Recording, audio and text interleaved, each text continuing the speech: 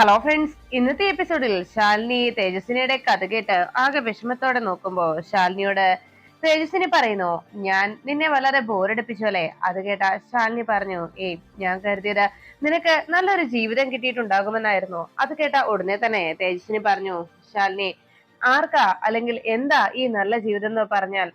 സത്യത്തിൽ IAS പാസ്സായപ്പോ നമ്മൾ രണ്ടുപേരും കരുതിയത് ഈ ലോകം വെട്ടിപ്പിടിച്ചുവെന്നാണ്. പക്ഷേ സത്യത്തിൽ ജീവിതത്തിൽ നമ്മൾ തോറ്റുപോയില്ലേ ശാലിനി?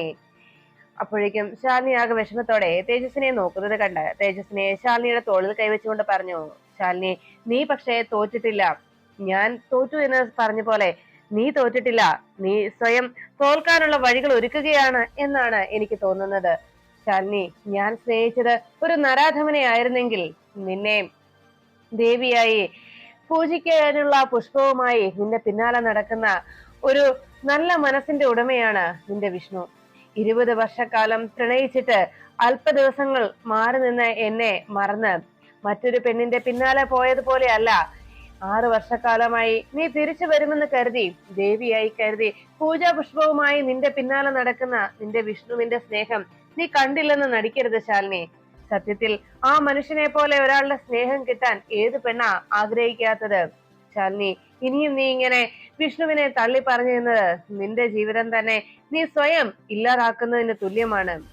ഇനി എനിക്ക് കൂടുതലൊന്നും പറയാനില്ല ശാലിനി, നീ അതിനായി ഒരിക്കലും തയ്യാറാകല്ലേ എന്ന് പറഞ്ഞ് ശാലിനിയോട് തേജസ്വിനി സംസാരിച്ചുകൊണ്ട് നിൽക്കുകയും ശാലിനി മറുപടി ഒന്നും പറയാതെ തേജസ്വിനിയുടെ വാക്കുകൾക്ക് മറുപടി പറയാനാകാതെ ആകെ വിഷമത്തോടെ ശാലിനി നോക്കി നിൽക്കുമ്പോൾ വേഗം തന്നെ ശാലിനിയോട് തേജസ്വിനി പറഞ്ഞു, എന്നാ ശരി ഞാൻ ഇറങ്ങട്ടെ എന്ന് പറഞ്ഞ് തന്റെ മൊബൈൽ ഫോണും എടുത്തുകൊണ്ട് തേജസ്വിനി അവിടെ നിന്ന് മടങ്ങുന്നു. ഡോറിനരികിലേക്ക് എത്തിയ തേജസ്വിനി ഒരിക്കൽ കൂടി ശാലിനിയെ നോക്കുന്നു. ഇനിയെങ്കിലും നിന്റെ തീരുമാനത്തിൽ നിന്ന് പിന്മാറണമെന്ന ആ നോട്ടത്തിൽ നിന്ന് മനസ്സിലാക്കിയ ശാലിനി ഒന്നും മിണ്ടാനാകാതെ അങ്ങനെ നിൽക്കുമ്പോ തേജസ്വിനി അവിടെ നിന്ന് മടങ്ങി. വിഷ്ണു ശാലിനിയെ കാണാൻ കഴിയാത്തതിന്റെ നിരാശയിൽ തിരിച്ചു പൊയ്ക്കൊണ്ടിരിക്കുമ്പോ ശാലിനി വീണ്ടും തന്റെ ചെയറിലേക്ക് വന്നിരുന്നു. ശാലിനി അവിടെ ഇരുന്ന് കുറച്ചു നേരത്തേക്ക് അങ്ങനെ ആലോചിക്കുമ്പോ അവിടേക്ക് അനുപമ എത്തുന്നു. ഉടനെ തന്നെ അനുപല്ലവിയോട് ശാലിനി ചോദിച്ചു, എന്താ എന്താ അനുപല്ലവി, ഇനി എന്തെങ്കിലും പ്രോഗ്രാം ഉണ്ടോ? അപ്പോഴേക്കും അനുപല്ലവി പറഞ്ഞു, ഇല്ല മേഡം, ഇനി പ്രത്യേകിച്ച് മീറ്റിങ്ങുകളോ ചടങ്ങുകളോ ഒന്നുമില്ല എന്ന് പറഞ്ഞു. അപ്പോഴാണ് തേജസ്വിനി തന്റെ കഥകളൊക്കെ പറഞ്ഞ് ആകെ വിഷമത്തോടെ കൂട്ടുകാരുടെ അരികിൽ നിന്ന് അവളുടെ ജീവിതവും ഈ അവസ്ഥയിലായതിന്റെ നിരാശയിൽ തിരിച്ച് തന്റെ കളക്ടറേറ്റായ കൊല്ലത്തേക്ക് മടങ്ങുന്നത്. ആ സമയത്ത് അനുപല്ലവിയോട് ശാലിനി പറഞ്ഞു, എന്നാ ശരി ഞാൻ തിരിച്ച് വീട്ടിലേക്ക് പോവാ, വല്ലാത്ത തലവേദന, ആകെ ടയേർഡായിരിക്കുന്നു. അത് കേട്ടതും അനുപല്ലവി മറ്റൊന്നും പറയാതെ വേഗം അവിടുന്ന് പുറത്തേക്ക് ഇറങ്ങി. ശാലിനിയെ അന്വേഷിച്ച് വിഷ്ണു ആകെ നിരാശയോടെ തിരിച്ചു പോയിക്കൊണ്ടിരിക്കുമ്പോഴാണ് കമലൻ ബാറിൽ നിന്ന് വളരെയേറെ മദ്യം ഉള്ളിൽ ചെന്നതിന്റെ ആലസ്യത്തിൽ പതുക്കെ പതുക്കെ ആ റോഡിന് നടുവിലൂടെ നടക്കുന്നത്. അതുവഴി വരുന്ന വണ്ടിക്കെല്ലാം കൈ കാണിച്ച് ഒരു ലിഫ്റ്റ് ആരെങ്കിലും തരുമോ എന്നുള്ള പ്രതീക്ഷയിൽ കമലൻ മൂക്കറ്റം കുടിച്ച് അതുവഴി നടക്കാൻ പോലും വയ്യാതെ ആ റോഡിന് കുറുകെ അങ്ങനെ നടന്ന് വരുന്ന സമയത്ത് വിഷ്ണുവിന്റെ ജീപ്പ് കൃത്യമായി കമലിന്റെ മുന്നിലേക്ക് എത്തുന്നത്. വരുന്നുണ്ടല്ലോ ഏതോ ഒരു സാമദ്രോഹി എന്ന് പറഞ്ഞുകൊണ്ട്, എന്തായാലും കൊള്ളാം എന്നൊക്കെ പറഞ്ഞ് കമലൻ ആ വണ്ടിയുടെ നമ്പറിലേക്ക് ഇങ്ങനെ നോക്കി വേഗം അതിനു മുന്നിലേക്ക് വന്ന് നിൽക്കുന്നു. അപ്പോഴേക്കും ആ വണ്ടിക്ക് മുന്നിലേക്ക് വന്നതും വേഗം തന്നെ ഇത് തന്റെ ആശാന്റെ വണ്ടിയാണല്ലോ എന്ന് അതിശയത്തോടെ കമലൻ ആ വണ്ടിയുടെ മുകളിലേക്ക് കിടന്നു. ആശാനെ എന്ന് വിളിച്ച് വിഷ്ണുവിന്റെ അരികിലേക്ക് ചെന്നതും ഉടനെ വിഷ്ണു ചോദിച്ചു, എടാ കമല, നീ എന്താടാ ഈ കാണിച്ചത്? നീ ഇന്ന് ശരിക്കങ്ങ് കയറ്റിട്ടുണ്ടല്ലോ അല്ലെ എന്ന് വിഷ്ണു അന്വേഷിച്ചു. ഉടനെ തന്നെ വിഷ്ണുവിന്റെ ആ ചോദ്യം കേട്ടതും ഇതൊക്കെ ഒരു രസമല്ല ആശാനെ എന്ന് പറഞ്ഞ് കമലിന് അങ്ങനെ സംസാരിക്കുന്നത് കണ്ട് വിഷ്ണു ചോദിച്ചു, എടാ നിനക്ക് നാണമില്ലേടാ?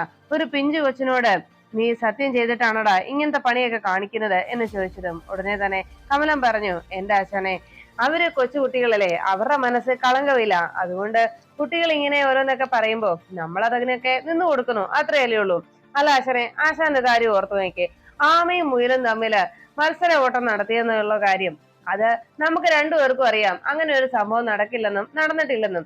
എന്നിട്ടും നമ്മളിപ്പോഴും കൊച്ചുകുട്ടികളോട് ആ കഥയല്ലേ പറഞ്ഞു കൊടുക്കാറുള്ളത് ആശാനെ എന്ന് കമലൻ ചോദിക്കുമ്പോ വിഷ്ണു ചോദിച്ചു, എടാ നീ എന്തൊക്കെയാടാ ഈ പറയുന്നത്? അപ്പോഴേക്കും കമലൻ പറഞ്ഞു, എന്റെ ആശാനെ, ഞാൻ ഇന്ന് അവിടെ നിന്ന് കഴിച്ചു കഴിഞ്ഞപ്പോ അതുവഴി വന്ന എല്ലാ വണ്ടിക്കാർക്കും കൈ നീട്ടി ഒരു ലിഫ്റ്റ് തരാനായി. പക്ഷെ ഒറ്റ ഒരുത്തരും നിർത്തിയില്ല. അവസാനം വന്നത് ആശാനാണ്. അതുകൊണ്ട് ഞാനോ ഇച്ചിരി കുടിച്ചു ആശാനെ, അത്രേ ഉള്ളൂ എന്ന് പറഞ്ഞു കമൽ അങ്ങനെ സംസാരിക്കുന്നത് കണ്ട് ഉടനെ വിഷ്ണു പറഞ്ഞു, എന്തായാലും ഇത് വളരെ മോശമായി പോയടാ. ഉടനെ തന്നെ വിഷ്ണുവിനോട് കമലൻ ചോദിച്ചു, എന്റെ ആശാനെ, ഞാൻ ഒരു കാര്യം പറയട്ടെ ആശാനെ, നമ്മുടെ മനസ്സിലുള്ള സങ്കടം മാറാനായിട്ട് നമുക്ക് അത് കുറച്ച് കുടിക്കുമ്പോ എന്തൊരു ആശ്വാസമാണ്. ആശാൻ തന്നെ ആലോചിച്ചു നോക്കിയേ, അന്ന് ഏടത്തമ്മയുടെ കാര്യം ഓർത്ത് ആശാൻ വിഷമിച്ചു കിടന്നപ്പോ, അന്ന് ആശാൻ കഴിച്ചു കഴിഞ്ഞപ്പോ പിന്നെ അത്രയും നേരത്തേക്ക് അതിന്റെ ആ കെട്ട് വിടുന്നത് വരെ പിന്നെ ഒരു സങ്കടവും നമ്മുടെ മനസ്സിനെ അലട്ടിയില്ലല്ലോ, അതല്ലേ ആശാനെ എന്ന് പറഞ്ഞു കമലൻ വിഷ്ണുവിനോട് ചോദ്യം ചോദിക്കുമ്പോഴേക്കും വേഗം തന്നെ വിഷ്ണു വണ്ടി ഒന്ന് ഒതുക്കിയതിനു ശേഷം കമലിനോട് ഇറങ്ങടാന്ന് പറയുന്നു. കമലിനെ അപ്പോഴേക്കും ചോദിച്ചു, എന്താ ആശാനെ, എന്താ ഇവിടെ നിർത്തിയത്? ഉടനെ വിഷ്ണു പറഞ്ഞു, എടാ നിന്നോട് ഇറങ്ങാനല്ലേ പറഞ്ഞത് എന്ന് ചോദിച്ച് വിഷ്ണുവും വേഗം വണ്ടിയിൽ നിന്ന് പുറത്തേക്ക് ഇറങ്ങി. അപ്പോഴേക്കും കമലൻ ചോദിച്ചു, അല്ല ആശാനെ, ആശാൻ എന്തിനാ ഇവിടെ നിർത്തിയത്? നമുക്ക് എന്തിനാ ഇവിടെ നിന്നിട്ടെന്ന കാര്യം എന്ന് ചോദിച്ചപ്പോ കമലിനോട് വിഷ്ണു ദേഷ്യപ്പെട്ടു. മൂക്കറ്റം കുടിച്ചിട്ട് വന്ന് നിൽക്കും അവൻ. എടാ നീ ഇങ്ങനെയൊക്കെ ചെയ്ത് വളരെ മോശമായി പോയി എന്ന് പറഞ്ഞപ്പോ കമൽ വിഷ്ണുനോട് പറഞ്ഞു, എന്റെ ആശാനെ, ആശാന സങ്കടം എനിക്ക് മനസ്സിലാവുന്നുണ്ട്. ആശാനെ, എഴുത്തിയമ്മയെ കാണാത്തതിലുള്ള ആശാന നിരാശ മാറാനായിട്ട് ആശാനെ നമുക്ക് ബാറി പോയി ശരിക്ക് കഴിച്ചു നോക്കാം. അപ്പൊ പിന്നെ ആശാൻ ഈ സങ്കടമൊക്കെ അങ്ങ് മാറും ആശാനെ, അതാണ് അതിന്റെ പ്രത്യേകത എന്ന് പറഞ്ഞു. ഉടനെ വിഷ്ണു പറഞ്ഞു, ഇല്ല, ഒരിക്കലും ഞാൻ കുടിക്കില്ല, ഞാൻ മദ്യപിക്കില്ല എന്ന് ഞാൻ പപ്പി മോൾക്ക് കൊടുത്ത വാക്കാണ്. അത് മാത്രമല്ല, ഞാൻ എന്റെ ശാലിനിയെ കണ്ടെത്തി. അത് കേട്ട ഉടനെ കമലൻ ഞെട്ടി.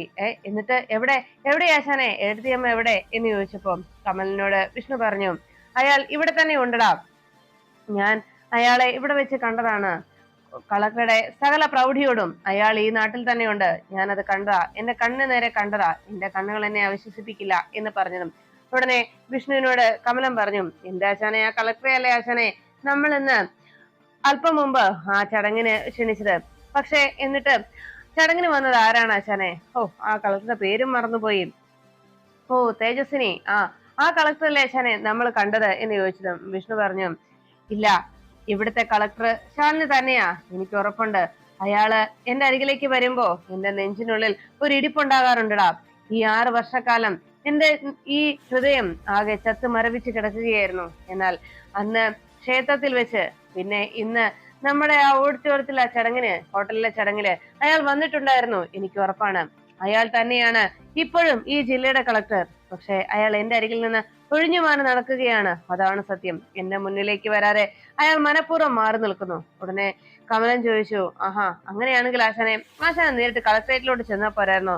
അവിടെ കാണത്തില്ലേ ഇവിടുത്തെ കളക്ടർ എടത്തിയമ്മയാണെങ്കിൽ അവിടെ വെച്ച് എടത്തിയമ്മ നമുക്ക് കാണാൻ പറ്റുമല്ലോ എന്ന് പറഞ്ഞതും വിഷ്ണു പറഞ്ഞു, ഞാൻ പോയിരുന്നടാ, കളക്ടറേറ്റ് ഞാൻ പോയിരുന്നു എന്ന് പറഞ്ഞു. അവിടെ എന്തായാലും കളക്ടർ അങ്ങനെയാണെങ്കിൽ എടത്തിയമ്മ തന്നെ ഉണ്ടാവുമല്ലോ എന്ന് പറഞ്ഞപ്പോ ഉടനെ വിഷ്ണു പറഞ്ഞു, എടാ അവിടെ ചെന്നു, പക്ഷെ അവിടെയും തേജസ്വിനെയും ഞാൻ കണ്ടത് എന്ന് പറഞ്ഞു. ഉടനെ കമലൻ പച്ചു വെച്ചു, അപ്പൊ പിന്നെ ഉറപ്പാ ആശാനെ, തേജസ്വിനി തന്നെയാണ് നമ്മുടെ കളക്ടർ എന്ന് കമലൻ പറയുമ്പോ വിഷ്ണു പറഞ്ഞു, ഇല്ലടാ, എനിക്ക് ഉറപ്പുണ്ട്, ശാലിനി തന്നെയാണ് ഈ ജില്ലയുടെ കളക്ടർ, എനിക്ക് ഉറപ്പാ, ശാലിനി തന്നെയാണ്, ഞാൻ നേരിൽ കണ്ടതല്ലേ. പക്ഷെ അയാൾ എന്റെ അരികിലേക്ക് വരാതെ മനഃപൂർവ്വം അയാൾ മാറി നിൽക്കുകയാണ്. ഉടനെ കമലൻ ചോദിച്ചു, ആശാൻ ഫിറ്റായിരുന്നോ? ഒന്ന് ആലോചിച്ച് നോക്കിയേ, അന്ന് നേരത്തെയമ്മ കണ്ടു എന്ന് പറഞ്ഞപ്പോ എന്ന് ചോദിച്ചതും വിഷ്ണു പറഞ്ഞു, എടാ നിനക്കറിയാലോ, ഞാൻ പപ്പി മോൾക്ക് വാക്ക് കൊടുത്തേ പിന്നെ, സത്യം ചെയ്തേ പിന്നെ ഞാൻ ഇന്നെ വരെ കഴിച്ചിട്ടില്ല എന്ന് പറഞ്ഞതും അതും ശരിയാണല്ലോ എന്ന് കമലൻ ചോദിച്ചു. ഉടനെ വിഷ്ണു പറഞ്ഞു, ഉറപ്പാ, അയാൾ തന്നെയാണ്, അയാൾ മനഃപൂർവ്വം എന്നിൽ അകന്ന് മാറി നിൽക്കുകയാണ്, അതാണ് ഇപ്പൊ സംഭവിക്കുന്നത് എന്ന് വിഷ്ണു പറഞ്ഞപ്പോ കമലൻ ചോദിച്ചു, അല്ല ആശാനെ, ഇവിടുത്തെ കളക്ടർ എടത്തിയമ്മ ആണെങ്കിൽ ആശാനെ കാണുമ്പോ അരികിലേക്ക് ഓടി വരാനല്ലേ എടത്തിയമ്മ ശ്രമിക്കുക, എന്നിട്ട് എടത്തിയമ്മ എന്തിനാ ഇങ്ങനെ മാറി നിൽക്കുന്നത് എന്ന് ചോദിച്ചു. ഉടനെ കമലിന്റെ ആ ചോദ്യം കേട്ട് വിഷ്ണു പറഞ്ഞു, അതാടാ എനിക്കും അറിയാൻ പാടില്ലാത്തത്. ഉടനെ കുറച്ചു നേരത്തേക്ക് കമലൻ ആലോചിച്ചു. അപ്പോഴേക്കും കമലൻ വിഷ്ണുനോട് ചോദിച്ചു, അല്ല ആശാനെ, അങ്ങനെയാണെങ്കിൽ ആശാൻ അത് ഉറപ്പുണ്ടെങ്കിൽ ഈ നാട്ടിലെ കളക്ടർ എടത്തിയമ്മ ആണെങ്കിൽ, ഈ നാട്ടിൽ എടത്തിയമ്മ വന്നിട്ടുണ്ടെങ്കിൽ ഉറപ്പായിട്ടും എടത്തിയമ്മ ശാരദാമ്മയുടെ വീട്ടിൽ കാണുമല്ലോ, അല്ലാതെ എടത്തിയമ്മ എവിടെയാ താമസിക്കുക? ആശാന്റെ അടുത്തില്ലെങ്കിൽ എടത്തിയമ്മ തീർച്ചയായിട്ടും ശാരദാമ്മയുടെ വീട്ടിലുണ്ടാവും. ഒരു കാര്യം ചെയ്താൽ പോരെ ആശാനെ, ആശാൻ ശാരദാമ്മയുടെ വീട്ടിൽ പോയി അന്വേഷിച്ചാ പോരെ, അവിടെ എടത്തിയമ്മ ഉണ്ടാവുമല്ലോ എന്ന് കമലന്റെ ചോദ്യം കേട്ട് വിഷ്ണു പെട്ടെന്ന് അങ്ങനെ ഒരു കാര്യമുണ്ടല്ലോ എന്ന് ആലോചിച്ചു.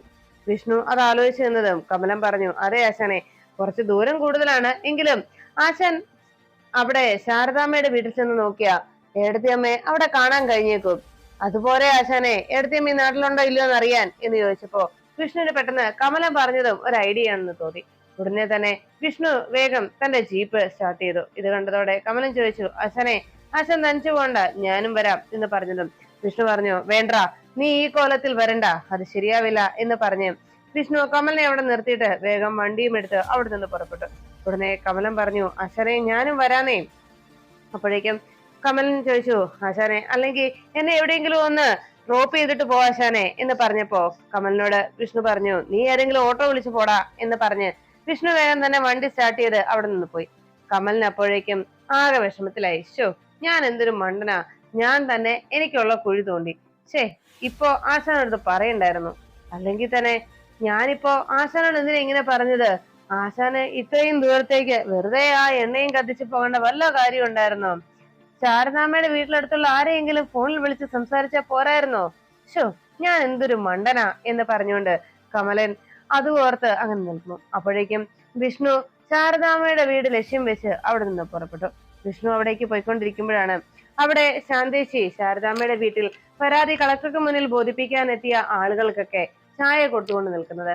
അതിൽ ചില ആളുകൾ ശാന്തേച്ചിയോട് ചോദിച്ചു, അല്ല ഈ കളക്ടർ എന്താ കാണാൻ സമ്മതിക്കാത്തത് എന്ന് ചോദിച്ചതും അയാളോട് ശാന്തേച്ചി പറഞ്ഞു, അതെ, ഓരോരുത്തരുടെയും പരാതി കേട്ട് വിശദമായി അതിനുള്ള തീരുമാനമുണ്ടാക്കി അതിന് പരിഹാരവും ഉണ്ടാക്കിയതിനു ശേഷം മാത്രമേ മറ്റു പരാതികൾ കാണുകയുള്ളൂ എന്ന് പറഞ്ഞുകൊണ്ട് ശാന്തേച്ചി അവിടെ നിന്ന് ഹോട്ടലിലേക്ക് പോന്നു.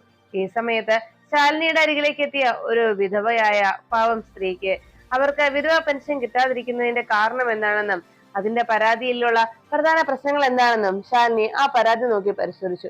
എന്നിട്ട് ആ അമ്മയോട് ചോദിച്ചു, അല്ല, ഇത്രയും നാളായിട്ടും വിധവ പെൻഷൻ കിട്ടുന്നില്ല അല്ലെ, അതിന്റെ കാരണം എന്താണ് എന്ന് അമ്മയോട് നേരിട്ട് ചോദിക്കുമ്പോ ആ അമ്മ പറഞ്ഞു, അതെ, കുട്ടികളെ പോലും പഠിപ്പിക്കാനുള്ള യാതൊരു നിവൃത്തിയില്ലാത്ത അവസ്ഥയിലാണ് ഞാൻ.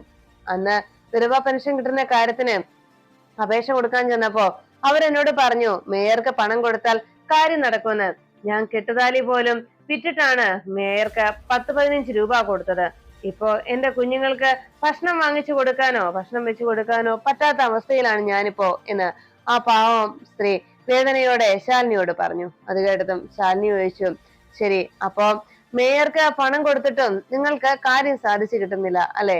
സത്യത്തിൽ വിധവാ പെൻഷൻ എന്നുള്ളത് അത് നിങ്ങൾക്ക് അർഹതപ്പെട്ട കാര്യം തന്നെയാണ്. മരിച്ച് 10 ദിവസത്തിനകം ഈ ഒരു കാര്യത്തിന് അല്ലെങ്കിൽ ഒരു മാസത്തിനുള്ളിൽ മരണ സർട്ടിഫിക്കറ്റിന് വേണ്ടിയുള്ള അപേക്ഷ സബ്മിറ്റ് ചെയ്യേണ്ടതാണ്. അതിനു മുൻപ് തന്നെ മാരേജ് സർട്ടിഫിക്കറ്റ് സംഘടിപ്പിക്കേണ്ടതായിരുന്നു. ഇത് കേട്ട ഉടനെ ആ അമ്മ ചോദിച്ചു, അപ്പോ എനിക്ക് പെൻഷൻ കിട്ടില്ലേ വേണം എന്ന് ചോദിച്ചതും ശാലിനി പറഞ്ഞു, ഇച്ചിരി മെനക്കേടുള്ള കാര്യമാണ്, കാരണം ഉദ്യോഗസ്ഥർ കുറച്ച് മെനക്കെടണം. അത് സാരമില്ല, ഞാൻ എന്റെ തന്നെ മേൽനോട്ടത്തിൽ കൃത്യമായി തന്നെ ഇതിനു വേണ്ട നടപടി ഞാൻ എടുത്തോളാം. നിങ്ങൾക്ക് തീർച്ചയായിട്ടും വിധവാ പെൻഷൻ കിട്ടാനുള്ള അർഹതയുള്ളത് കൊണ്ട് തന്നെ നിങ്ങളുടെ അക്കൗണ്ടിലേക്ക് അത് തീർച്ചയായിട്ടും വരികയും ചെയ്യും എന്ന് അറിയിച്ചു. അതെല്ലാം കേട്ട് കഴിഞ്ഞതും നന്ദിയുണ്ട് മേഡം എന്ന് പറഞ്ഞ് ശാലിനിയോട് നന്ദി ആ പാവ അമ്മ അറിയിക്കുമ്പോ ശാലിനി വേഗം തന്നെ തന്റെ പേഴ്സ് തുറന്ന് അതിൽ നിന്ന് കുറച്ച് നോട്ട് എടുത്ത് ആ പാവം സ്ത്രീക്ക് നേരെ നീട്ടി. അത് വാങ്ങിക്കാനായി അവർ മടി കാട്ടുന്നു. അയ്യോ വേണ്ട മേഡം എന്ന് പറഞ്ഞുകൊണ്ട് ശാലിനിയോട് അത് വേണ്ടെന്ന് അവർ പറയുമ്പോ ശാലിനി പറഞ്ഞു, ഇതേ കളക്ടർ അല്ല തരുന്നത്, ഇത് ശാലിനി തരുന്നതാ, ദാ വാങ്ങിച്ചോളൂ.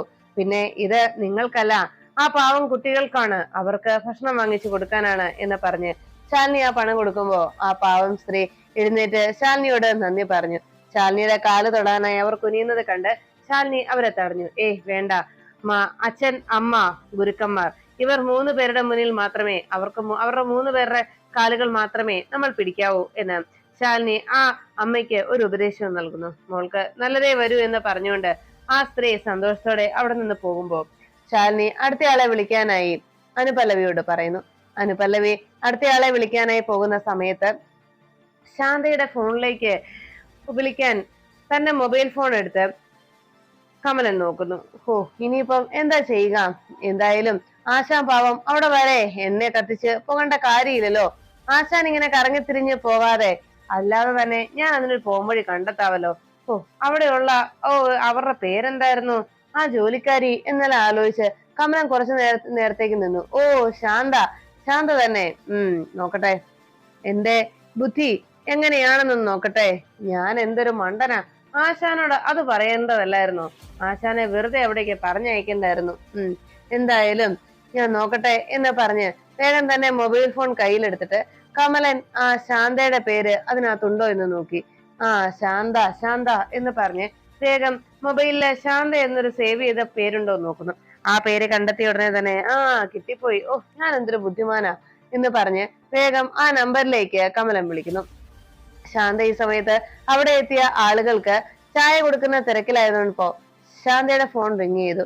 ശാന്ത വേഗം തന്നെ ഫോൺ എടുത്ത് നോക്കി. തനിക്ക് പരിചയമില്ലാത്ത നമ്പറാണല്ലോ എന്ന സംശയത്തോടെ ഹലോ എന്ന് പറഞ്ഞ് ശാന്ത സംസാരിക്കുമ്പോ കമലൻ ചോദിച്ചു, ഹലോ ഇത് ശാന്തയല്ലേ എന്ന് അന്വേഷിച്ചു. അതെ ശാന്തയാണ് എന്ന് പറഞ്ഞതും ഞാൻ ആരാണെന്ന് മനസ്സിലായോ, ഞാനാണ് കമലൻ.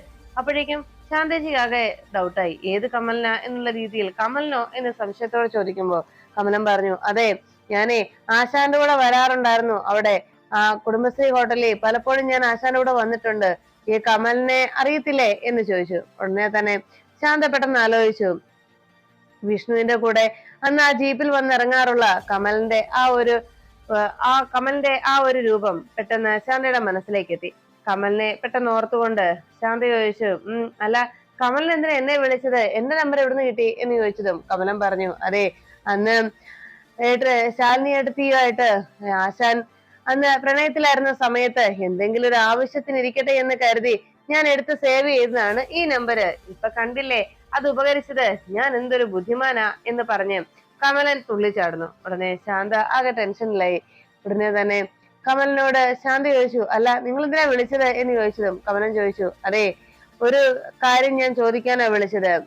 അതെ ഒറ്റ ഒരു കാര്യം മതി, ആശാനെ പോലൊന്നും അല്ല ഞാൻ ഇങ്ങനെ കറങ്ങി തിരിഞ്ഞു വരത്തില്ല, ഞാൻ കറക്റ്റ് സ്ട്രൈറ്റ് ആയിട്ട് തന്നെ ചോദിക്കുള്ളൂ. അതുകൊണ്ട് തന്നെ ഞാൻ ചോദിക്കുക, ഏട്ടത്തിയമ്മ അവിടെ ഉണ്ടോ?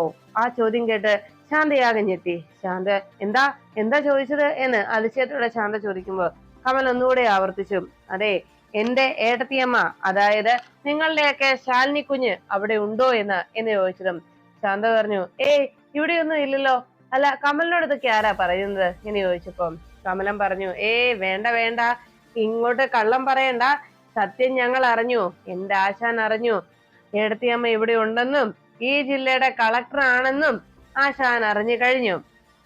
ആശാൻ അതുകൊണ്ട് ഇന്ന് ആശാൻ ഒരു മീറ്റിങ്ങിന് വിളിച്ചിട്ടും ഏടത്തിയമ്മ മനഃപൂർവ്വം മറ്റൊരാളെ പറഞ്ഞയച്ച് ആശാനെ പറ്റിക്കുകയും ചെയ്തു. അതുകൊണ്ട് തന്നെ സത്യത്തിൽ ഇവിടെ ഏട്ടത്തിയമ്മ ഉണ്ട് എന്നുള്ള കാര്യം ഉറപ്പായതുകൊണ്ട് തന്നെ ആശാൻ ദാ അങ്ങോട്ട് വരുന്നുണ്ട് ശാരദാമ്മയുടെ വീട്ടിലേക്ക്. ഇനി ഇങ്ങനെയുള്ള ഒളിച്ചുകളി ഒന്നും നടക്കില്ല. ഇപ്പൊ തന്നെ ആശാൻ അവിടെ എത്തും, ശാരദാമ്മയുടെ വീട്ടിലേക്ക് തന്നെ ആശാൻ എത്താറായിട്ടുണ്ട് എന്നൊക്കെ കമലൻ വിളിച്ചു പറയുന്നു. ആ വാക്കുകൾ കേട്ട് ശാന്തയാകെ ഞെട്ടിത്തെറിച്ച് നിൽക്കുമ്പോ ഉടനെ കമലൻ പറഞ്ഞു, അതെ കൈയോടെ പിടിക്കും, ഇന്ന് തന്നെ ആശാൻ ഏടത്തിയമ്മയെ കൈയോടെ പിടിക്കും, നിങ്ങൾ സൂക്ഷിച്ചോ കേട്ടോ എന്ന് പറഞ്ഞ് കമലൻ വലിയ സന്തോഷത്തോടെ ഫോണിൽ ഇങ്ങനെ പറഞ്ഞ് ശാന്തയ്ക്ക് ആ മുന്നറിയിപ്പ് നൽകുമ്പോ ശാന്ത ഭയത്തോടെ ശാലിനി കുഞ്ഞ് അവിടെ ഉണ്ടെന്നുള്ള കാര്യം വിഷ്ണു അറിഞ്ഞാൽ ഉണ്ടാകാൻ പോകുന്ന കാര്യം ഓർത്ത് ആകെ ഞെട്ടിത്തെറിച്ച് കമലിന്റെ വാക്ക് കേട്ട് ശാന്തിച്ചു നിൽക്കുമ്പോ ശാലിനി ഇതൊന്നും അറിയാതെ അവിടെ വന്ന ആളുകളുടെ പ്രശ്നങ്ങൾക്ക് പരിഹാരം കാണാനായി ഓരോരോ കാര്യങ്ങൾ കണ്ടെത്തുന്ന സമയത്ത് വിഷ്ണു ശാലിനിയെ മാത്രം മനസ്സിൽ ചിന്തിച്ചുകൊണ്ട് അവിടേക്ക് ഡ്രൈവ് ചെയ്യുന്നു.